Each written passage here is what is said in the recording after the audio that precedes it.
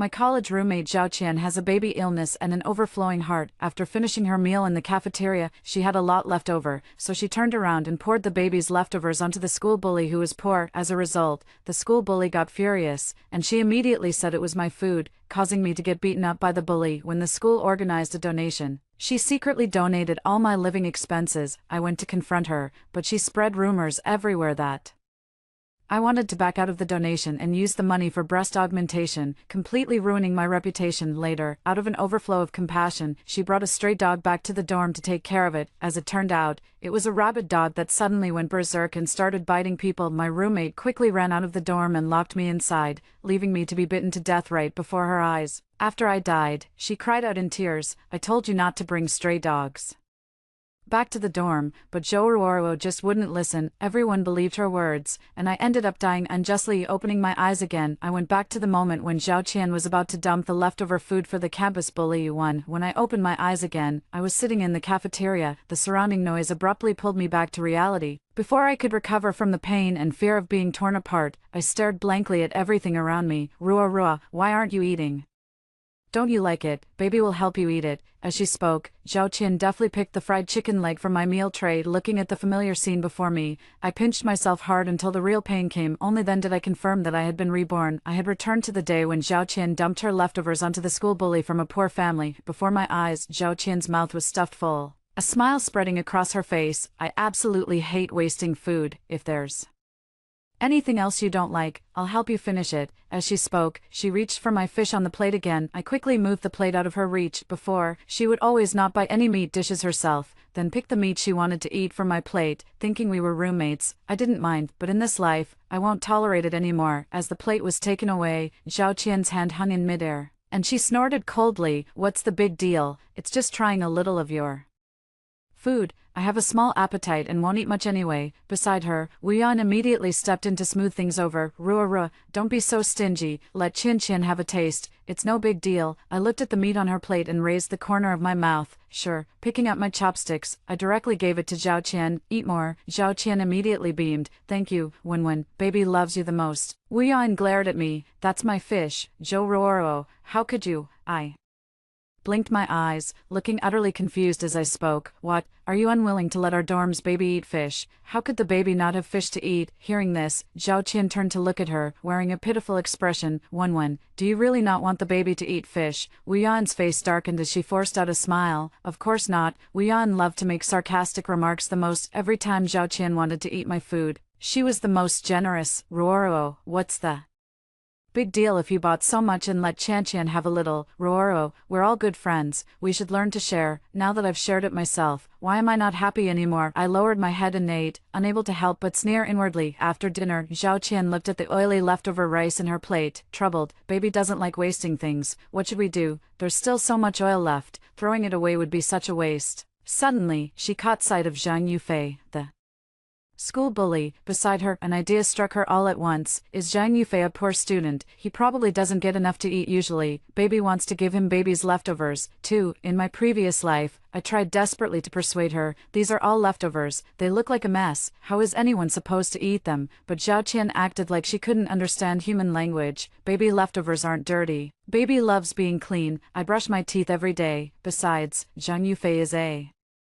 student from a poor family, so giving him the leftovers is for his own good. Since he's already a poor student, what is there to be picky about? Baby is willing to give him leftovers. He should be grateful to baby." I grabbed her and wouldn't let her go. "Don't go, otherwise, he'll get angry." Just as I finished speaking, Zhao Qian shoved me to the ground. "You're such an unloving person. You don't even have any compassion yourself. And you're stopping the baby from showing compassion too. How annoying." After saying that, she picked up her tray and ran over to Zhang Yufei. With a splash, she dumped all the leftover food from her tray onto Zhang Yufei's tray. Zhao Qian spoke in a coy, affected voice. "As a student from a poor family, are you always hungry every day? Eat more." Immediately, Zhang Yufei put down his chopsticks, his face darkened, picked up the tray and slammed it hard to the ground, then moved close to Zhao Qian. "What are you talking about?" As he spoke, he clenched his Fist seeing this, Zhao Qian immediately said with red-rimmed eyes, "I'm sorry, that was my roommate's leftover food. She said it would be wasteful to throw it away, and since you're a poor student, I figured you wouldn't refuse it." As she spoke, she shoved me forward. "Ruoro, I already told you not to give leftover food to the needy students. Why didn't you listen and force me to come over? You're being disrespectful to the needy students." After saying that, she turned around and hid far away. I took a few steps back. It wasn't me, that was her food, but the school bully had already lost patience and kicked me in the stomach, sending me flying far away. It really wasn't me, Yan, you know that. I looked at Wu Yan for help. Zhao Qian hid behind her, sobbing, and Wu Yan shook her head at Zhang Yufei. "I don't know." The school bully got even angrier and decided I had ordered them to do it. So he pinned me to the ground and beat me for more than 10 minutes. I was beaten so badly that I ended up in the hospital. Thinking of this, I clenched my fists tightly, my nails digging into my palms, but I didn't feel any pain. I deliberately said, "Zhao Qian, your leftovers are so dirty. What do you mean by letting someone else eat them? Do you think poor students are inferior? Are you looking down on others?" Zhao Qian pouted. "They're already poor students, so what's there to be particular about? Baby is giving him food, and he should be grateful to Baby, and besides, the baby's leftovers aren't dirty at all. A poor student may have even eaten garbage before." After saying that, she carried her tray and left. I tilted my head up and curled the corners of my mouth slightly. Just like in my previous life, she dumped all the leftovers into the tray Zhang Yufei was eating from. In a fake soft voice, she said, "As a student from a poor family, are you not hungry every day? Eat more." As soon as she finished speaking, I immediately ran up and shouted at her angrily, "Zhao Qian, how can you dump your leftovers into someone else's plate? That's disgusting. Who would want to eat your leftovers?" "Apologize." Zhao Qian looked aggrieved. "That's the baby's leftovers. It's not dirty. This baby brushes its teeth every day." I looked up and saw anger blazing in Zhang Yufei's eyes as he stared fixedly at Zhao Qian. I let out a long sigh of relief and quickly retreated to the back. Seeing Zhang Yufei stand up with clenched fists, Zhao Qian panicked at once. She raised her finger and pointed at me. I didn't want to do it at first. It was my roommate, that was her leftovers. She forced me to do it. Zhang Yufei turned his head and looked me over, and I immediately took out my phone, opened the video, and held it up in front of him. In the video, Zhao Qian spoke with a face full of disdain. "Since he's already a poor student, what's there to be picky about? Baby gave him food, and he should be grateful to Baby, and besides, the baby's leftovers aren't dirty at all. A poor student may have even eaten garbage before." At once, the surroundings fell silent. The air around Zhang Yufei grew icy. Zhao Qian turned her head and glared at me bitterly. "Zhou Ruoro, how could you secretly film and take videos?" Zhang Yufei abruptly slammed the dinner tray to the ground. Zhao Qian apologized with reddened eyes. "I'm sorry, Baby didn't do it on purpose. Baby was just being too kind. If you don't want to accept help, then forget it." As soon as she finished speaking, she was kicked flying by the school bully. The school bully's fist landed on her face even harder than in her previous life. Looking at this familiar scene, I couldn't help but let out a cold laugh and turned to leave the restaurant. This time, for what she owed me, I was going to make her pay it back double. For Zhao Qian was admitted to the hospital, and my campus life finally quieted down for a while. During this time, I went to my advisor to apply to change dormitories, because approval is very slow. We can only wait a while longer. Not long after, the school organized everyone to donate money and show their support for sick children in the mountainous areas. Zhao Qian, as the class welfare committee member, was responsible for collecting the money, and it had to be submitted in full within 3 days. As soon as she received the news, Zhao Qian immediately sent a message in the class group chat. "I think everyone should have a little more compassion, and be sure to donate actively. As long as we can be a little less extravagant and wasteful, we can give sick children a little more hope." Evening, Zhao Qian returned from her hospital stay. She limped back into the dormitory. Seeing me sitting at the desk studying, she hobbled over, picked up my book, and threw it to the floor. "Zhou Ruoro,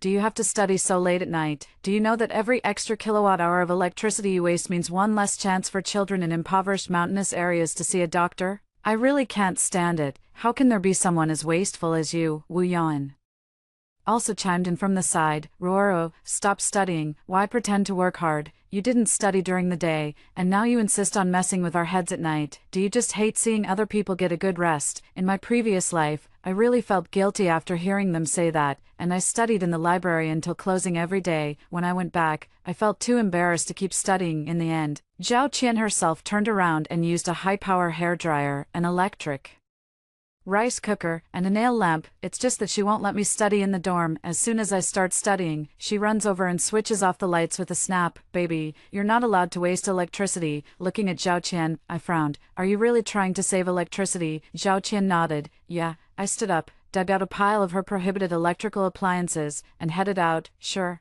I'll help you turn in these high-power appliances to the dorm supervisor, Zhao Qian froze and hurriedly rushed to stop me. No, without my baby hairdryer, I'll get sick after taking a bath. If there's no rice cooker, the baby will go hungry. I ignored her and quickly walked to the dorm supervisor's door. Auntie, my roommate has a prohibited appliance. She said she wants to save electricity from now on, so please keep it for her. The aunt took it and kept praising me. Such a nice girl, so well behaved. What's your roommate's name? Zhao Qian stood in the distance, glaring at me with resentment, but she didn't dare go get the appliances back herself, because they were all prohibited items. As soon as I got back to the dormitory, I suddenly discovered that my drawer had been searched. The 4,200 yuan in the drawer was gone. 5. In my previous life, it wasn't until the donation deadline that I discovered the money in my drawer was gone. I immediately contacted the counselor, and only then did I find out that Zhao Qian had secretly taken my money and donated it all.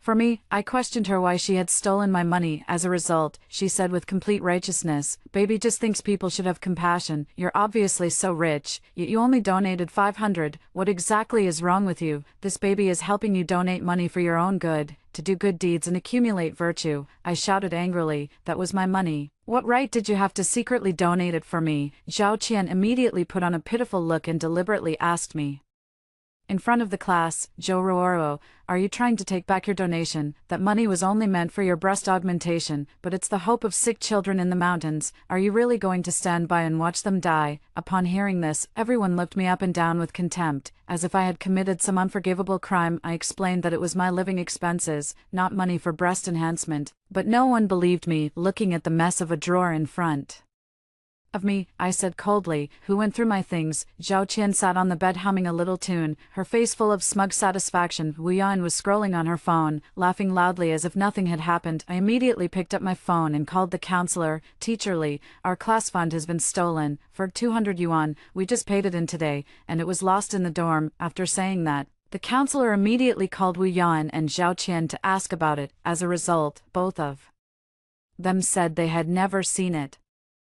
With red eyes, I said, "That money isn't mine. If you've seen it, could you please take it out? I really have no way to explain myself." Seeing this, Zhao Qian snorted coldly. "What do you mean by that? Who would even care to take your money?" Wu Yan, exactly, who cares? After that, Zhao Qian sent another message in the class group, urging everyone to donate. "Baby has only received donations from a few people. Everyone, please donate actively. If it's less than 100, don't embarrass yourself. Baby can't even bear to record it for you. Donating isn't about giving alms to a beggar, so please take the initiative to donate a bit more, otherwise, baby will have to." At people in the group, many people, under pressure from Zhao Qian, donated several hundred yuan. 3 days later, the donation period ended, and I immediately posted a solemn apology in the class group. "I'm sorry. The class fund I collected was lost. Teacher Li has been helping me look for it, but we still haven't found it," and on the posted donation list, my name was clearly marked as having donated 4,700 yuan. At the class meeting, I rushed up to Zhao Qian and demanded, "Why did you write that I donated 4,700 when I only gave 500? Zhao Qian lifted the corners of her mouth smugly. "Baby just thought you were too selfish, so I helped you donate the money from your drawer. This baby is helping you donate money for your own good, to do good deeds and accumulate virtue." Everyone's gaze turned toward us, scrutinizing us. I pinched myself hard and squeezed out tears. "I could have forgiven you for secretly taking my money, but that was the class fund from all our classmates. How could you decide for everyone and secretly donate the class fund? Have you asked everyone for their opinions?" As soon as the words fell, the classroom immediately erupted into noise. 6. "What? The class fund was donated? Are you crazy?" "No. Why did she secretly donate the class fund? Did she get our permission?" Seeing this, Zhao Qian immediately panicked and hurriedly defended herself. "Baobao didn't know that was the class fund. She never told Baobao. Baobao even thought it was Zhou Ruoro's money for breast augmentation, who told her not to keep her money properly." She deliberately emphasized the words breast augmentation. This time, there were no longer the disdainful looks I had received in my previous life. Instead, there were more resentful looks directed at Zhao Qian. Originally, once Everyone got to college, no one wanted to pay class dues, but because an event had to be organized, each person paid more than 100 yuan. The resentment was overwhelming. Now the class fund has been lost, and we may have to pay again. At this moment, the counselor walked into the classroom. Zhou Ruoro, have you found the class fund? I walked over and pointed at Zhao Qian. She stole it and donated it all. In my previous life, after I discovered the money was missing, I wanted to call the police. But because the money lost was my own, everyone advised me to let it go quietly. They said reporting it to the police would be bad for the school's reputation, and strictly speaking, it didn't count as theft, because the money was donated in my name. I asked Zhao Qian to return my money, and she took it for granted that she had no money. If I pushed her any further, she'd jump off a building. Everyone else tried to talk me into letting it go and being merciful. I could only swallow the loss in silence. This time, the class fund was lost, and everyone was furious. The counselor walked over and stared at Zhao Qian. What exactly happened? Zhao Qian's eyes were red, her voice choked with emotion. Sorry, baby didn't know that was the class fund. Baby just thought Zhou Ruoro was being way too heartless, so I wanted to help her by donating some of my own kindness, but in the end I accidentally donated the class fund. People around started chattering noisily. If you wanted to help her by showing some kindness, you should have paid out of your own pocket. Honestly, why steal the class fund? Give our money back. Yes, give our money back. Zhao Qian spoke pitifully. The baby's money has all been donated, and the baby doesn't have any money either. I took out that donation list. Zhao Qian, 20 yuan. She herself only donated 20, yet she had previously forced everyone to donate several hundred. After the students in the class found out, they became even angrier. They surrounded Zhao Qian tightly. Pay it back, or call the police. If you don't return the money, it's theft. Zhao Qian looked at me through the crowd with a pleading expression. Ruoro, please help baby explain. Baby just wanted to help you show some love and give to charity, with no ill intentions. I ignored her. Zhao Qian then turned her gaze to Wu Yan. Wen. It was you who said back then that baby should help Zhou Ruoro donate the money and teach her a good lesson. Baby meant well in the first place, but everyone misunderstood baby. Hurry up and help baby explain. Hearing this, Wu Yan's face immediately turned dark, afraid of being dragged into it herself. You stole money. What does that have to do with me? I didn't know you were dishonest. Zhao Qian looked at Wu Yan in shock, but it was clearly you who said it. Wu Yan turned her head away, acting as if it had nothing to do with her. The counselor frowned. Zhao Qian, hurry up and return everyone's class fees to them. Otherwise, if everyone insists on calling the police, I can't help you either. In the end, Zhao Qian took out her phone. She borrowed 4,200 through an online loan to make up for everyone's class fee. 7. As soon as she got back to the dorm that night, Zhao Qian was infuriated. She picked up the dormitory's shared items and smashed them hard, cursing the whole time as she did. They all bully baby, bully baby. Is it really worth it over just a few thousand yuan? Who cares about the money of that bunch of stingy tightwads? Zhao Qian has a bad habit. When she gets angry, she likes to throw things, and she always ends up breaking the dorm's shared items, things like brooms, dustpans, shower heads, and stools. Anyway, they don't cost much. When they break, we just buy new ones. Sometimes she accidentally breaks my water cup or face cream, and she doesn't pay for them either. She just apologized with red-rimmed eyes. I'm sorry. When the baby gets angry, she really thinks that's her own stuff. The baby couldn't help it. The baby didn't mean it. If you want, just take the baby's face cream away. As she spoke, she handed me her face cream, which cost just a few yuan a bottle, with red-rimmed eyes, as if that made us even. But my face cream cost several hundred yuan. Thinking she was my roommate and that we still had nearly 4 more years of living together, I forced myself to put up with it. Today Zhao Qian had just thrown down the broom. I suddenly noticed that Wu Yan's newly bought perfume was sitting by the sink, so I picked it up and smashed it hard onto the floor.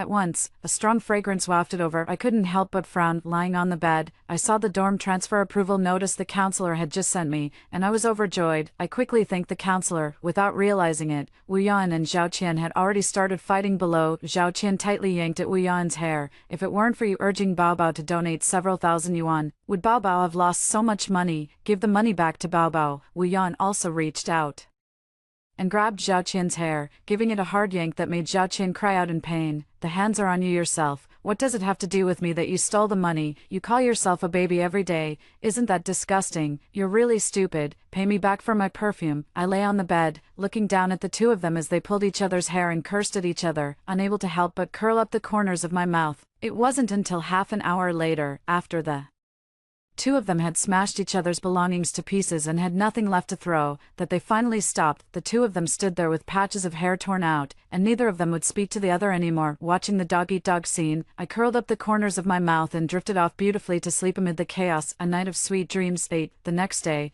I got the key to my new dorm room. Taking advantage of Zhao Qian and Wu Yan being away from the dorm, I found other friends to help move my things to the new dorm. The new dorm was in the neighboring dorm building, a dorm for another major, and it was occupied by two girls. They were both little friends I had met in school clubs, and both were very easy to get along with. In just half a day, I quickly packed up my things and ran off. That night, after she found out I had changed dorms, Zhao Qian's moments was full of snide remarks. Moving to mess with other people now, this baby doesn't care about being your roommate anyway. Scram, scram, scram. Soon, Wu Yan liked the post below. I sneered inwardly. What a pair of extraordinary people. A few days later, I was about to head back to the dormitory. Suddenly, I saw Zhao Qian holding a filthy stray dog in her arms. She covered the dog with her jacket, covered its mouth, and avoided the dorm supervisor Auntie. Sneaking furtively, she made her way toward the dormitory. In her previous life, on this very day, she secretly brought back to the dormitory a very dirty large stray dog. Then she took many photos and posted them online,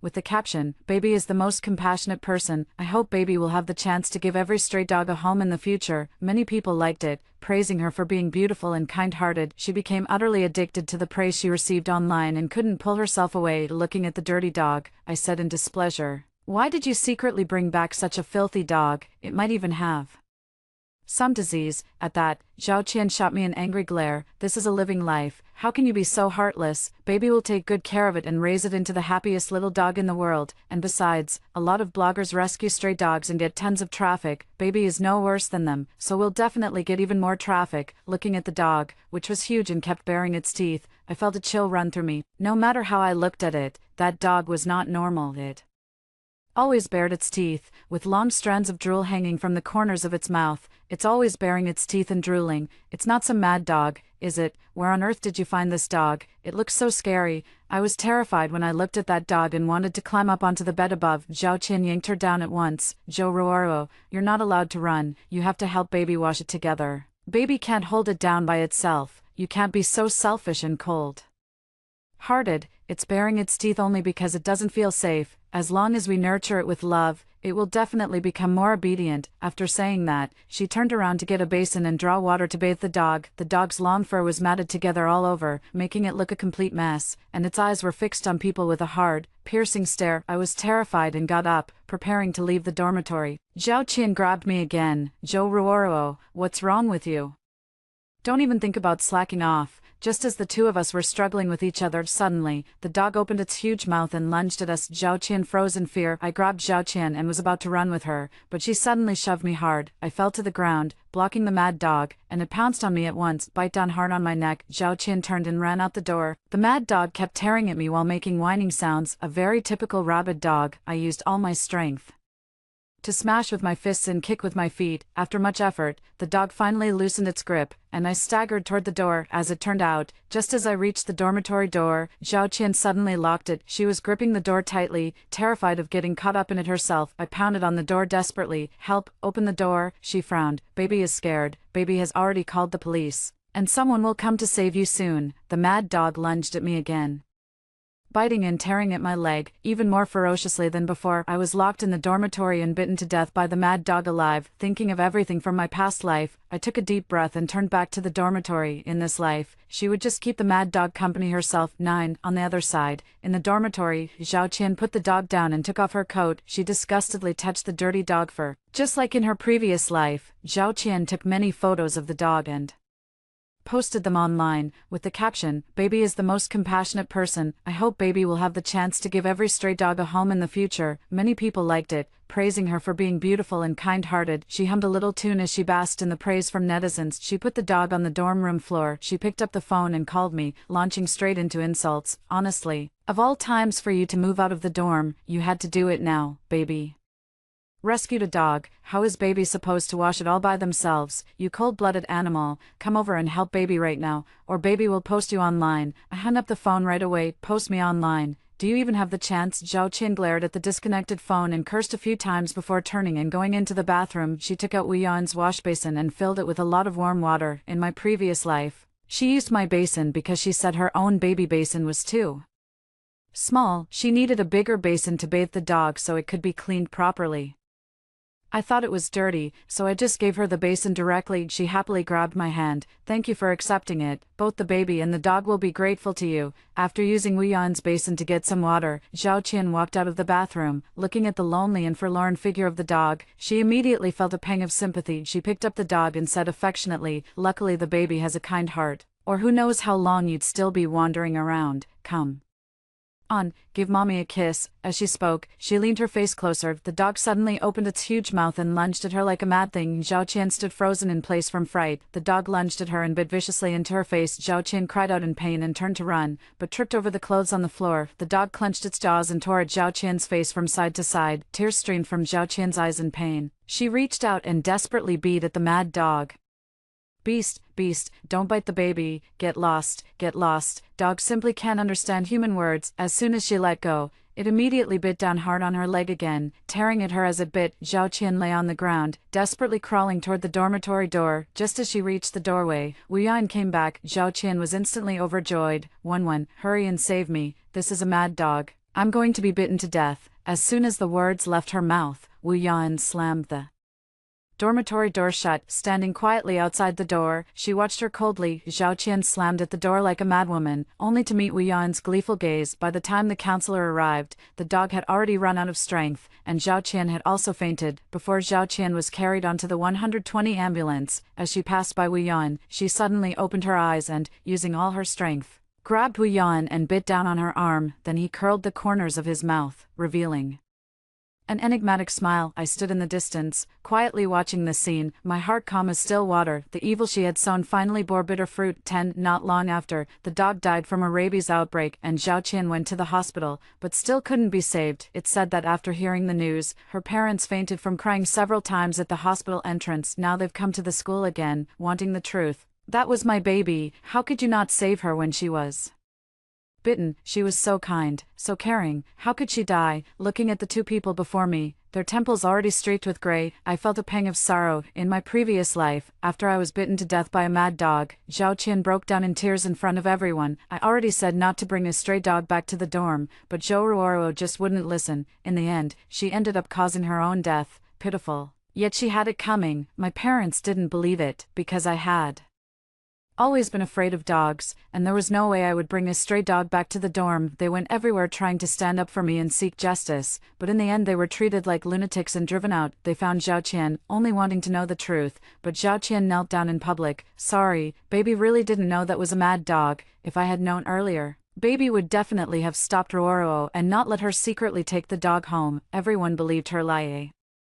Group of her brainless fans ran to cyberbully and dox my parents. My parents were driven insane by my death. Suddenly, someone grabbed my arm. My thoughts snapped back to the present. Zhao Qian's mother was holding on to me, tears streaming down her face. "You're Zhou Ruoro, my baby's roommate, right? How did my baby end up being bitten by a mad dog?" I shook my head. "Sorry, I've already moved out of that dorm. I don't know about her situation." After saying that, I turned and walked away from the crowd, no longer wanting to be involved in anything related to Zhao Qian. A few days later, someone said that Zhao Qian's parents had gone mad. They would call everyone baby, saying they wanted to take others to use baby bowls, eat baby food, and sleep baby sleep. Two people, acting crazy, are searching everywhere for their loving baby. 11. In a daze, suddenly, the class group chat exploded with messages. I clicked in and saw in the photo that Wu Yan was lying on the ground, her body twisted.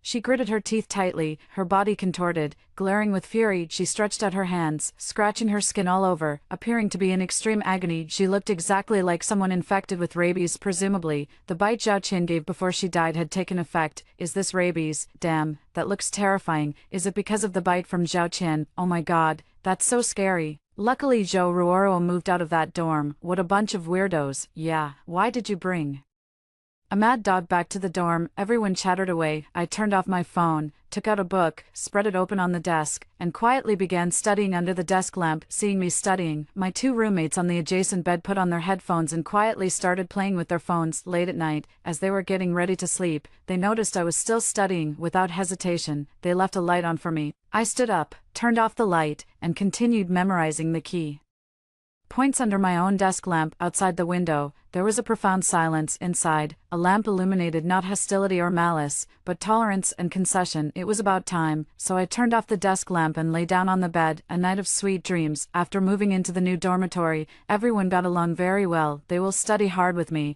and they will quietly put on their headphones when I am studying. We also share food with each other when we eat. My mood gradually improved, I know. Longer waste energy questioning whether I am just pretending to work hard, whether I am not generous enough, or whether I am pushing myself too hard. I can study whenever I want and for as long as I want. The next day, just woke up and saw the group chat in the class blowing up. Wu Yan passed away last night due to rabies infection. Seeing this news, I didn't feel the satisfaction of revenge. Only that life is truly fragile. I packed my things and said goodbye to my roommate, walking towards the classroom under the rising morning sun. Golden light shines on my face, and I gently squint my eyes, with a smile curling at the corners of my mouth. The air is fresh, the autumn breeze is pleasant, and there is a wonderful youth waiting for me to experience. Everything is just right, and it's not too late. After hearing the first story above, what are your thoughts? Feel free to share your opinions in the comments section. Next, there is another similar story. Let's continue to see in the college entrance exam. As I prepared to fill in my name, a line of blood-red bullet comments suddenly floated before my eyes. Doris, look, your sister swapped her admission ticket. Quickly tell the invigilator. My finger paused slightly, and a cold smile played on my lips. Then, ignoring the bullet comments, I steadily wrote down the name Doris, because I know, in my last life, this very bullet comment ruined my life. The bullet comments continued to pop up, and memories began to flood back like a tide. Exactly 1 year ago today, the same exam hall. The same bullet comment warning. I panicked and raised my hand to report to the invigilator. The police intervened and investigated, and my sister's and my admission tickets were swapped back on the spot. Everyone praised me for being alert, but they didn't know that was the beginning of a nightmare. On the day the results were announced, I, who usually scored over 700 in mock exams, only got 350, while my sister Valerie, who couldn't even reach the third-tier university cutoff, got into Harvard. The huge disparity in scores sparked heated discussions across the internet. Netizens dug up our usual transcripts and found that I was the top student, and my sister was the poor one. The real top student is actually me. Valerie, in front of the camera, tears streaming down like pear blossoms, said, my sister always took my place in every exam. Only in the fair competition of the college entrance exam was her true ability revealed. My best friend Sherry was the first to step forward and testify. Doris always cheated in regular exams. We all saw it with our own eyes. As she spoke, she took out her phone and showed a few blurry photos. The person in the photos did look like me, flipping through cheat sheets under the desk. The whole class echoed their agreement, and even the homeroom teacher hesitated before admitting that such situations did indeed occur. The most devastating blow came from my mother. In an interview, she said with deep anguish, this child just plays games. When she comes home, and curses constantly, I can't control her. I wanted to clarify, but my mother slapped me across the face. Do you want to ruin your sister? At worst, you can just repeat a year. No one knew about those 4 a.m. desk lamps, those worn-out notebooks, those days spent secretly reading under the covers with a flashlight. When I insisted on proving my innocence, my mother pushed me down the stairs. Classmate, please focus on answering the questions. The proctor's voice brought me back to reality. Only then did I realize my hand was trembling slightly, and the pen tip had already made a small black dot on the answer sheet. I took a deep breath and began to answer seriously. The bullet comments were still flashing. Silly girl, your sister swapped your admission ticket. I'm so anxious. Why aren't you moving? It's over. It's over. This kid is beyond saving. I turned a deaf ear to it. Writing with swift and vigorous strokes. In my previous life, I scored 148 points in the Chinese language exam, with the answers to every question etched in my memory. As for the essay, I could almost recite it word for word. After all,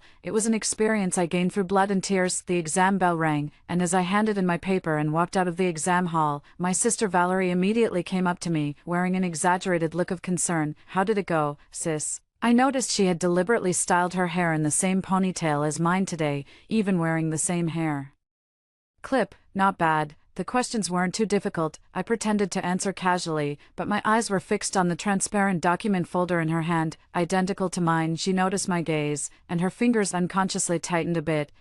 There wasn't anything wrong with the admission ticket, was there? I tilted my head, looking bewildered. Admission ticket, what could be wrong with it? A flicker of secret delight crossed her eyes, then she quickly hid it. Nothing, just asking, just Then, Mom suddenly squeezed through the crowd, a rare smile on her face. "How did you two do on the exam?" Her gaze shifted back and forth between me and my sister, finally settling on my sister. "Mom," my sister immediately linked arms with her, "I think I performed really well. I'm sure I did great on the exam." She deliberately raised her voice, drawing the attention of other parents around us. I also put on a well-behaved smile. "Me too. I finished all the questions. It should be fine." When Mom heard my words, her brow furrowed almost imperceptibly, but she still happily patted both of our shoulders and said, "That's great. Come on, I'll treat you to a big meal. Keep up the good work this afternoon." She walked ahead with her arm around my sister, and I silently followed behind. I pretended not to notice, quickly walked up, and affectionately took my sister's hand, saying, "Let's go. Hurry up and finish eating. We still have math this afternoon." I could feel my sister's arm stiffen.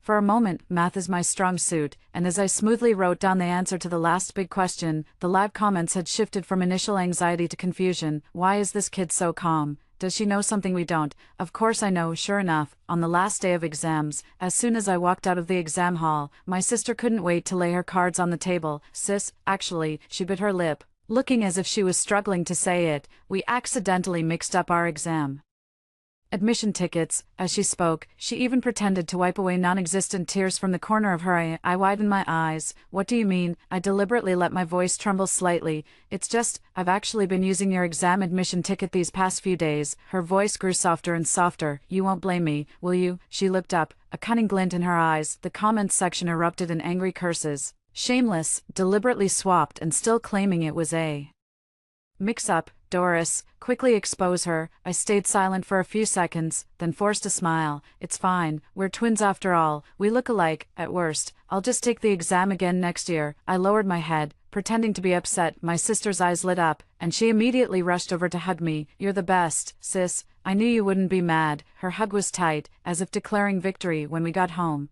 Mom had already prepared a table full of delicious dishes. As soon as my sister entered the door, she excitedly exclaimed, "Mom, I'm sure I can get into Harvard this time." Mom put down the spatula excitedly, hurried over, and hugged my sister. "Really? That's wonderful. Mom always knew you were the best." She kissed my sister's forehead, completely ignoring my presence. I stood to the side, wearing the same smile on my face. Yes, my sister performed exceptionally well this time. Only then did Mom notice me and casually said, "Doris, you've worked hard too." Then she turned to my sister to ask how she was doing.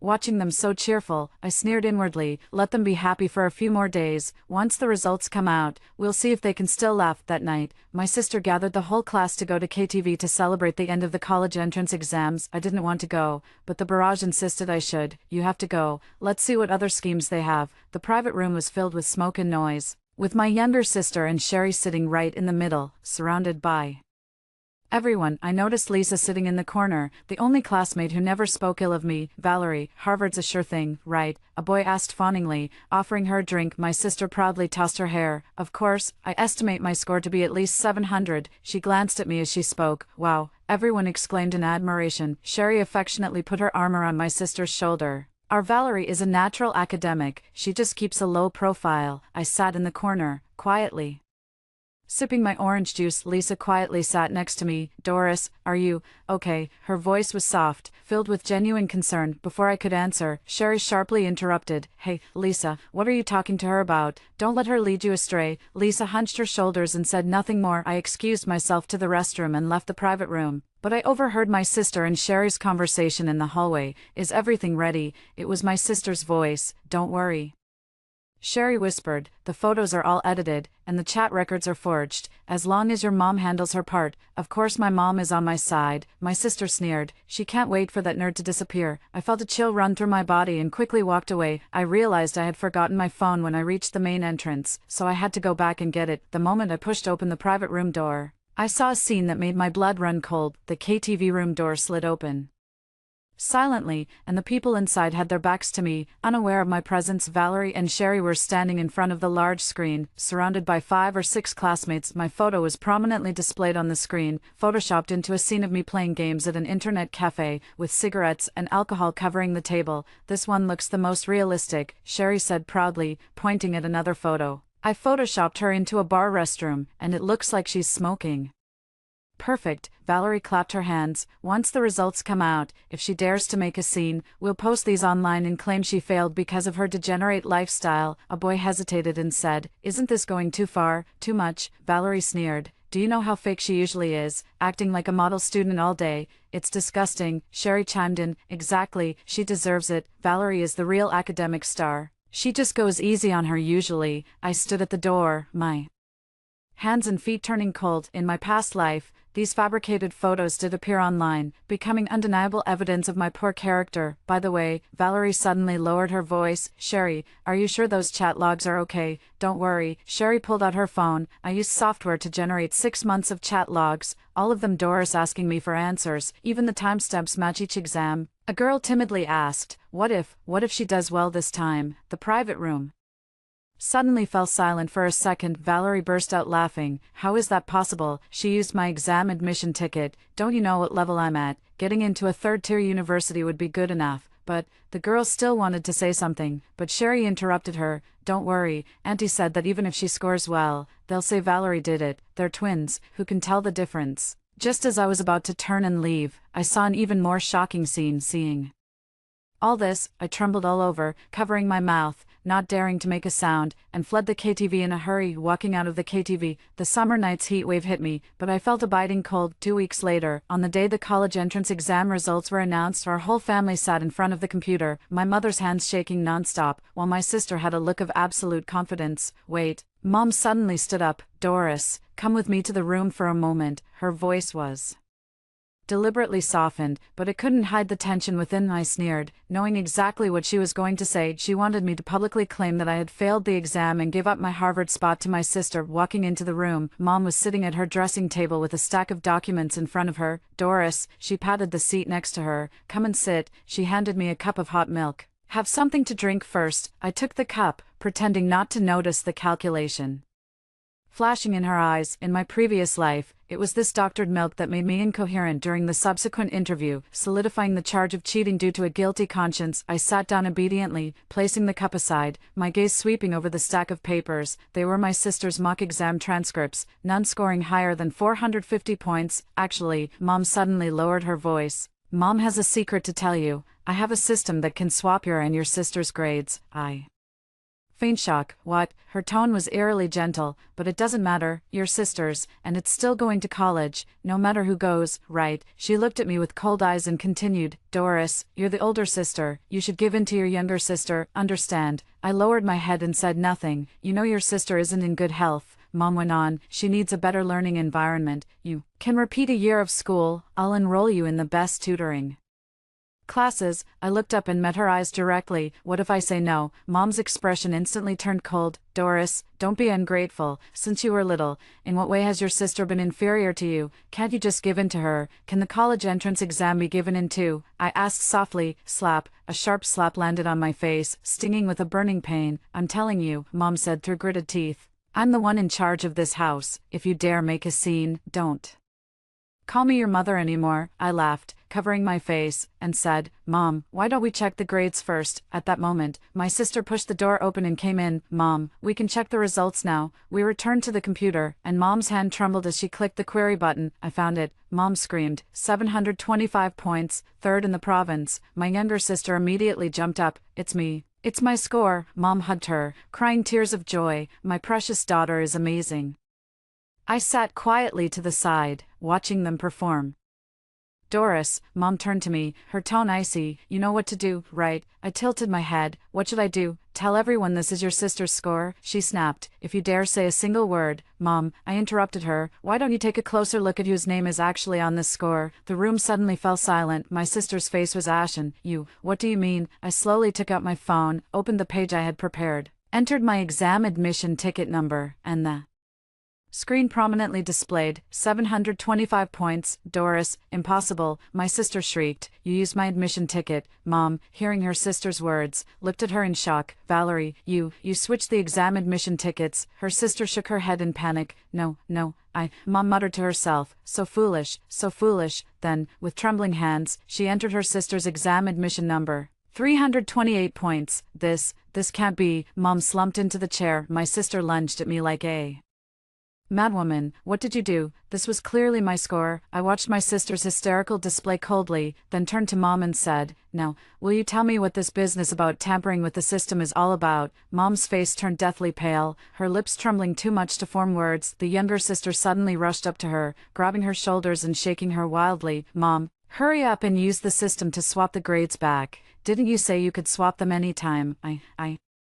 Mom's eyes began to glaze over. "The system said it can only be swapped once." "What?" the younger sister screamed, shoving Mom away abruptly. "You idiot, why didn't you say so earlier?" Mom staggered and crashed into the bookshelf, sending glass ornaments shattering all over the floor. She cried hysterically, "I did it all for you, from the time you were little until now, and now you're blaming me." Watching their ugly squabble, I quietly retreated to the door, taking advantage of the moment they were tangled up in a fight. I quickly grabbed my backpack and rushed out of the house. The summer night breeze blew away the sweat on my forehead. I hailed a taxi and used the pocket money I had saved for 3 years to book a room at a hotel in the city center. Lying on the soft bed, memories flashed through my mind like a revolving lantern. Since childhood, my mother has always favored my younger sister, simply because she knew how to act cute and sweet talk, while I was always quiet and reserved. Even though we are identical twins, my mother has always been extremely partial to my sister, believing that I am dull and uninteresting, and that I would surely grow up to be an ungrateful person. While I was deep in thought,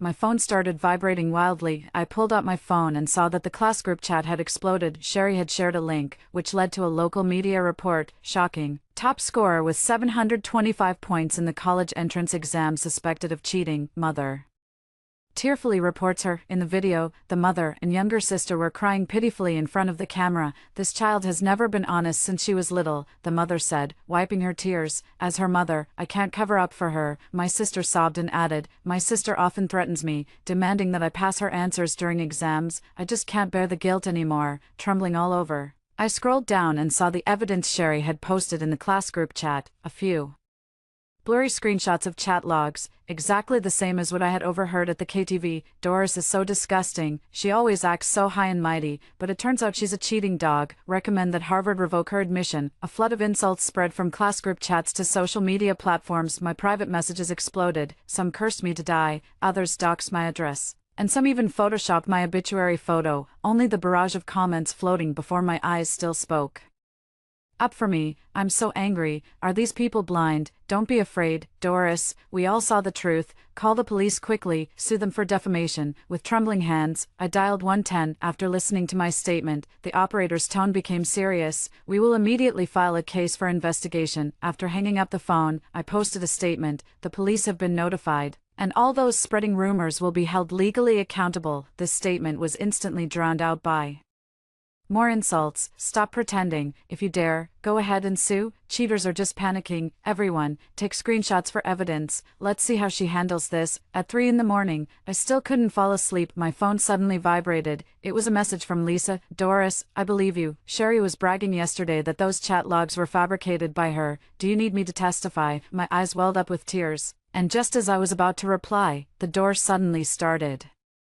shaking from violent knocking. "Doris, we know you're in there," came my sister's shrill voice. "Open the door, the media is waiting." Through the peephole, I saw the hallway was packed with people. My sister was holding up her phone, live streaming, while Mom sobbed to the camera beside her. "This child ran away from home. We've been worried sick." I took a deep breath and yanked the door open. The blinding flashlights instantly aimed at my face, with over a dozen phones recording the moment simultaneously. "Sis," my younger sister immediately rushed over and grabbed my arm, her voice trembling with tears. "Come home with us. Mom is so worried she's fallen ill." I coldly shook off her hand. "What's the rush?" In a hurry to keep spreading rumors, Mom immediately stepped forward, putting on a heartbroken expression in front of the cameras. "Doris, Mom knows she was wrong. She shouldn't have reported you for cheating. As long as you're willing to turn over a new leaf, Mom will forgive you." Netizens' comments exploded instantly. "Oh my God, what kind of terrible family is this? The mom already apologized, and you're still not accepting it. Cheaters pretending to be noble." My sister suddenly knelt down and hugged my leg. "Sis,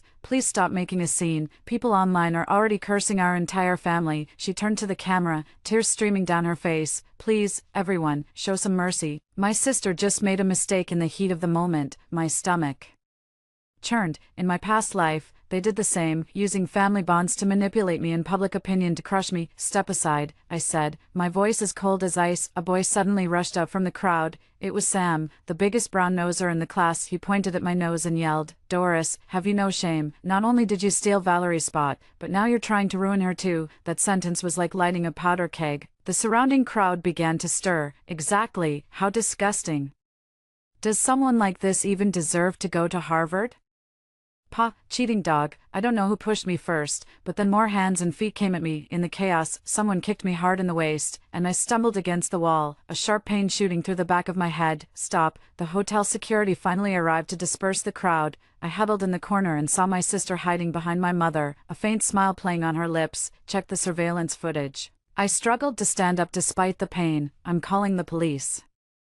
This was intentional harm. The next day, the police reviewed the exam hall surveillance footage. The video clearly showed that I had answered all the questions independently, with no signs of cheating. Public opinion began to shift. Looks like she earned the grades herself. Then why did her mom and classmates report her? A chilling thought. Could it be school bullying? The bullet comments were jubilant. Finally someone sees the truth. Stay strong, Doris. We support you. Seeing the situation turning unfavorable, the younger sister suddenly burst into tears during the live stream. At this point, I have no choice but to reveal the truth. The college entrance exam questions have been leaked. She pulled out a crumpled piece of paper. This is my sister. She obtained the answers through improper means. The camera zoomed in on the paper. A few crooked math problems were scrawled on it, completely unrelated to the college entrance exam, but netizens were once again led astray.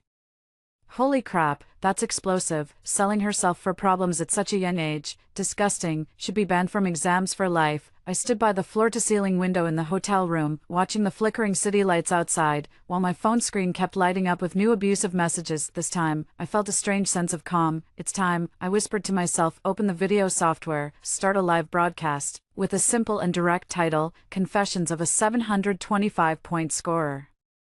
About exam, family, and truth. Then, I shared the live broadcast to the class group chat and all social media platforms. The moment the live broadcast began, the number of viewers surpassed 10,000. In the camera, I was barefaced, my eyes slightly red from staying up all night. Hello everyone, I'm Doris. My voice was soft but exceptionally clear. First of all, I want to thank everyone who has been concerned about this matter. Netizens immediately erupted. Finally, a response. How dare you go live, you cheater. Don't curse yet. Listen to what she has to say. I took a deep breath and pulled a thick folder from my backpack. These are all my notes, error logs, and mock exam papers from my 3 years of high school. I opened one page, covered in neat, dense handwriting. Every page has a date, which proves these weren't fabricated on the spot. Next, I pulled up my phone's photo album. This is the surveillance footage from my room. In the footage, my figure, getting up at 4 a.m. every day to study, is clearly visible. I installed this camera half a year ago because I found someone was tampering with my study materials. Netizens began to express different opinions. Oh my god, this study intensity, no wonder they scored 725. Wait, who touched her files? As for my sister Valerie, I clicked on another video, a candid shot of her desk drawer, filled with unopened workbooks and brand new notebooks. She doesn't even do the most basic homework. The live viewership had already surpassed 1,000,000. I continued to drop bombshells. Regarding the alleged exam leak, the police have confirmed it's a rumor, but I want to show everyone something even more interesting. I played the secretly recorded KTV video. In the footage, Valerie and Sherry are discussing how to fabricate evidence of my cheating. Netizens went completely crazy. Holy shit. What a shocking plot twist. Is this considered a crime? Call the police and arrest them. Just then, my door was pounded on again. This time, it was my mother's hysterical scream. Doris, open this door. I calmly aimed my phone at the door. Does everyone want to see what real family relationships look like? Then I walked over and opened the door. Mom and my sister rushed in. My sister immediately noticed I was live streaming, and her face instantly turned pale. What are you doing? Mom lunged straight for my phone. Turn it off. Turn it off right now. I dodged nimbly and raised the phone higher. Mom, the entire country is watching. Don't you love being on camera the most? Mother's hand froze in midair, her expression twisted horribly. You ungrateful wretch, I raised you all these years, and this is how you harm your sister. Netizens were flooding the screen rapidly. Is this mom crazy? Clearly biased beyond reason. Doris, run. My sister suddenly knelt down, crying and pleading. Sis, I was wrong. It was all Sherry who forced me. She said if I didn't cooperate, she would. Would what? I asked coldly. Expose the fact that you had an abortion in middle school. Those words exploded in the room like a bomb, and my sister's expression instantly froze, while my mother stood rigidly in place as if struck by lightning. So much information, an abortion in middle school. This family is too terrifying. What nonsense are you talking about? My sister shrieked, lunging to snatch my phone. I dodged, and she fell heavily to the ground. My mother finally snapped out of it, pointing at me and cursing, "You bitch, spreading rumors about your own sister. I should have strangled you when you were born." I calmly looked at the camera. "Everyone, you see, this is my family." My voice trembled slightly, but remained firm. "My sister Valerie got pregnant and had an abortion in junior high. My mom paid $50,000 to silence the other party." "Shut up." Mom grabbed the lamp and threw it at me. I couldn't dodge in time, and my shoulder was hit hard, making me gasp in pain. "The live chat has exploded. Call the police. Call the police now. This counts as intentional harm." Poor Doris. I endured the pain and continued, "But what I'm exposing today isn't that." I looked directly into the camera. "I have evidence here that every classmate and my sister had an improper relationship. That's why so many of them were willing to conspire together to commit perjury for my sister." Mother and sister froze simultaneously. Sister snapped back to reality, her eyes wide with terror as she exclaimed, What kind of nonsense are you talking?" I gave her a faint smile and then played the footage I had captured that day in the KTV private room. Mother let out an inhuman scream and lunged forward frantically. I'll kill you. I'll kill you. How dare you ruin your sister?" The live stream footage shook violently, and viewers could only hear the sounds of a struggle and my sister's screams. It wasn't until hotel security broke down the door that they were able to pull my out-of-control mother away. I tidied my messy hair and said to the camera, "This is the truth." The number of viewers in the live stream had already exceeded 1 million. I finally said, "The college entrance exam is just the beginning. Next, I will use legal means to protect myself. Thank you to everyone who supported me. Goodbye." After the live stream ended, the police arrived. My mother and sister were taken away for investigation, and I could finally breathe a sigh of relief. 3 days later, the Education Bureau issued an announcement confirming that my college entrance exam results were authentic and valid, and Valerie and Sherry were placed under investigation for defamation and evidence forgery. My mother was sent to a mental hospital because she kept rambling about having an exchange system. The admissions officer from Harvard personally called me to welcome me to the university. Meanwhile, Lisa and several other classmates came forward to testify, exposing Valerie's long-term bullying behavior. The day before school started, I went to the mental hospital to see my mother one last time. "Why?" she asked me through the glass, her eyes still full of resentment. "Why did you destroy this family?" I calmly replied, "Mom, it wasn't me who destroyed this family. It was your favoritism and ruthless methods." She hysterically pounded on the glass. "I did it all for your own good. You sisters should support each other." "Support each other?" I sneered. "You mean be my sister's stepping stone for life?" Right. Visiting hours were over, and I stood up to leave. As I reached the door, I heard my mother's final scream, "Doris, you'll die a terrible death." I didn't look back. On the third day after the college entrance exam results were announced, my phone had already been blown up with calls. Countless media outlets wanted to interview the person involved in the case of the 725-point top scorer who was falsely accused of cheating, and my social media followers increased by 500,000 overnight. I sat in the hotel room, watching the sunlight outside the window spill onto the carpet through the glass. The live stream 3 days ago was like a bomb, exposing the dark side of our family, our class, and even the entire school. My phone vibrated. It was a message from Lisa. "Doris, Sherry was taken away by the police. Her parents are causing a scene at the school." A slight smile curled at the corner of my lips as I replied, "She deserved it." Putting down my phone, I opened my laptop and began organizing the final pieces of evidence. The live stream was just the beginning. I was going to make everyone involved in this conspiracy pay the price. The class group chat was in chaos, with people constantly leaving. The classmates who had been so arrogant yesterday, helping my sister scold me, were now all silent. I clicked on a video file, another clip I had secretly filmed at KTV. In the video, Sherry was saying to a few boys, "What are you afraid of? Didn't homeroom teacher Oldley also mess with Valerie? Does he dare not cooperate?" I took a deep breath and uploaded this video to the cloud. This is the final bomb, and I'll detonate it at the right time. The doorbell suddenly rang. I cautiously looked through the peephole. It was Lisa. "Doris," she grabbed my hand as soon as she entered. "Are you okay? The internet's gone wild." I shook my head. "I'm fine, better than ever." Lisa's eyes were red. I've been wanting to tell you. Many people in the class have been threatened by Valerie, she has dirt on everyone, I know, I said calmly, not just classmates, but teachers too. Lisa gasped sharply.